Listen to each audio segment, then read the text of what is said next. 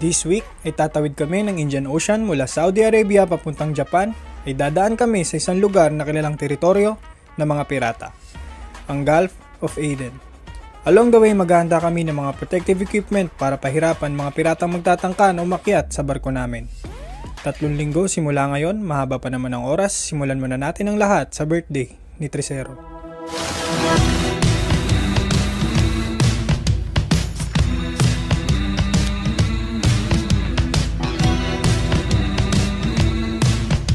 Hello guys! Dito kami ngayon sa Indian Ocean, nag-Lilinson. Motherfucker. Yes, motherfucker.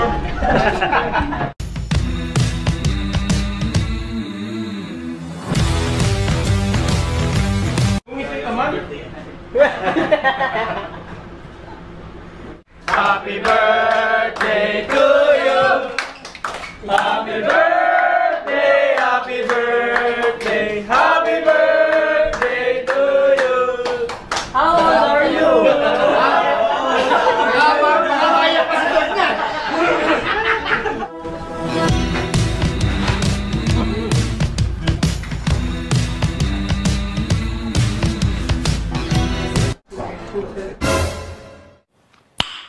Nice.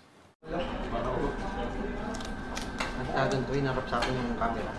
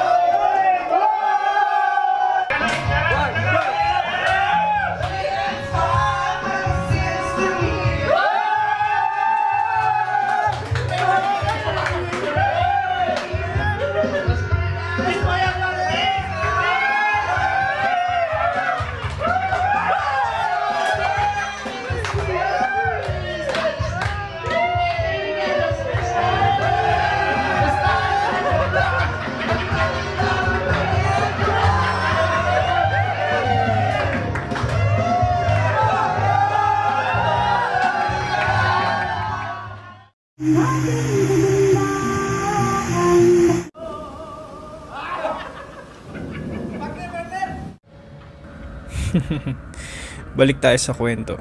Bilang paghahanda sa pagdaan namin sa high-risk area o mas kilala sa tawag na Gulf of Aden, razor wire ang pangunahing kinakabit sa lahat ng access point ng barko, lalo na sa pinaka-lowest point nito. Hindi matigas yan.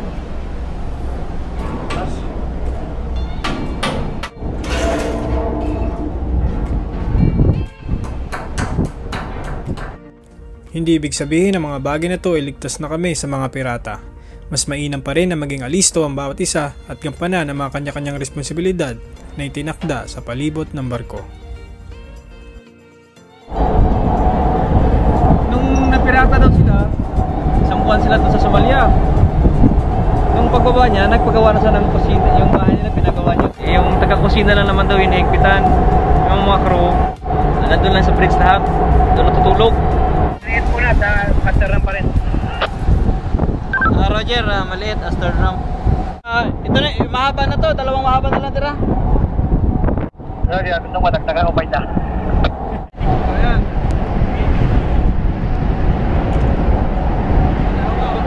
Bitaw na.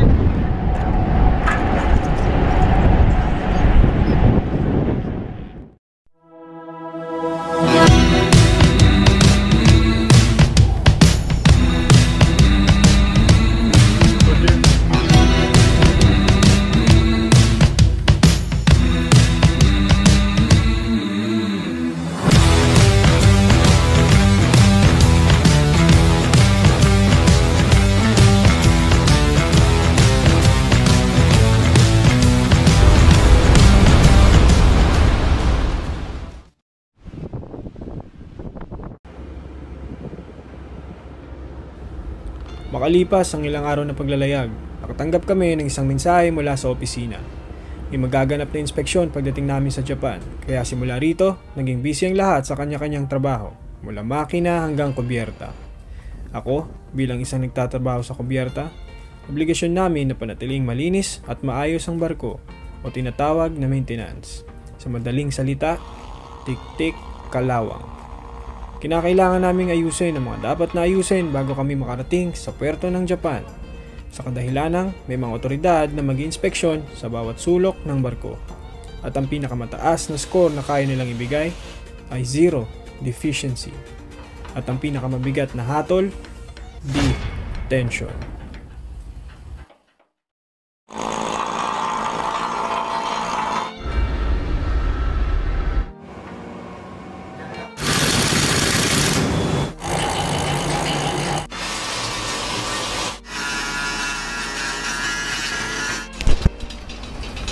Pagod. Ang hirap kumita ng pera. Kaibigan, ano masasabi mo? Trabaho mo. Huwag ka magulo! Interview kita! Game, nandito na kayo, Game.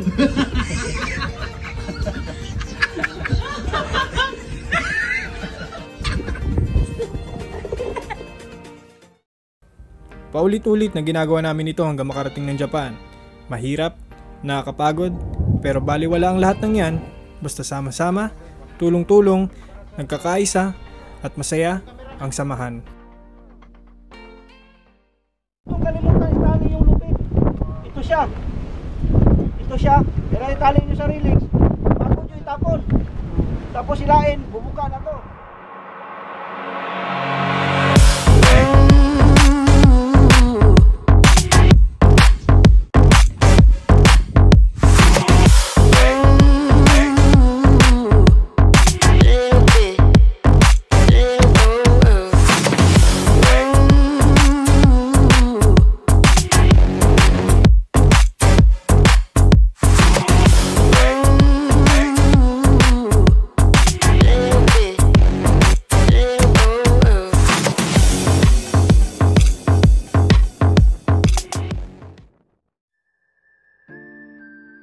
Habang papalapit ang mga araw, nakatanggap kami ng balita na may paparating na bagyo mula Pacific Ocean patungo ng Japan.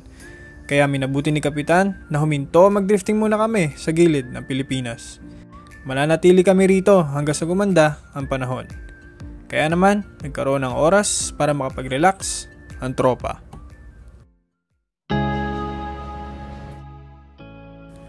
Makalipas ang 2 araw, nagpatuloy kami sa paglalayag. Ngunit sa maikling panahon nito, tinamaan pa rin kami ng masamang panahon.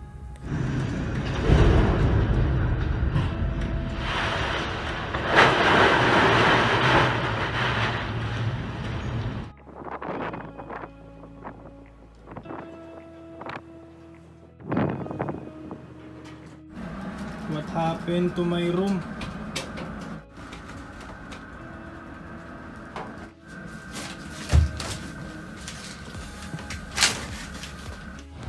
Pero may kasabihan nga na kahit anong dilim sa kuweba na pinasok mo, sa dulo nito mayroong liwanag na nag-aantay sa'yo.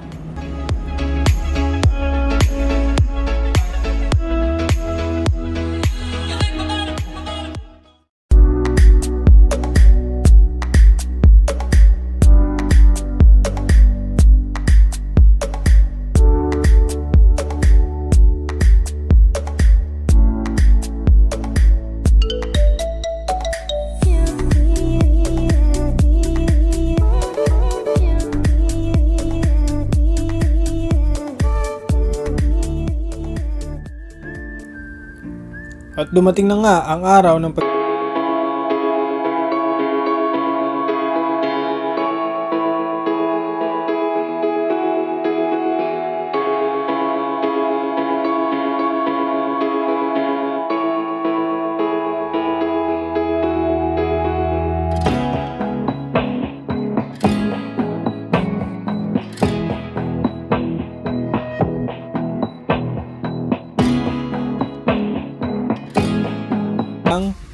bala.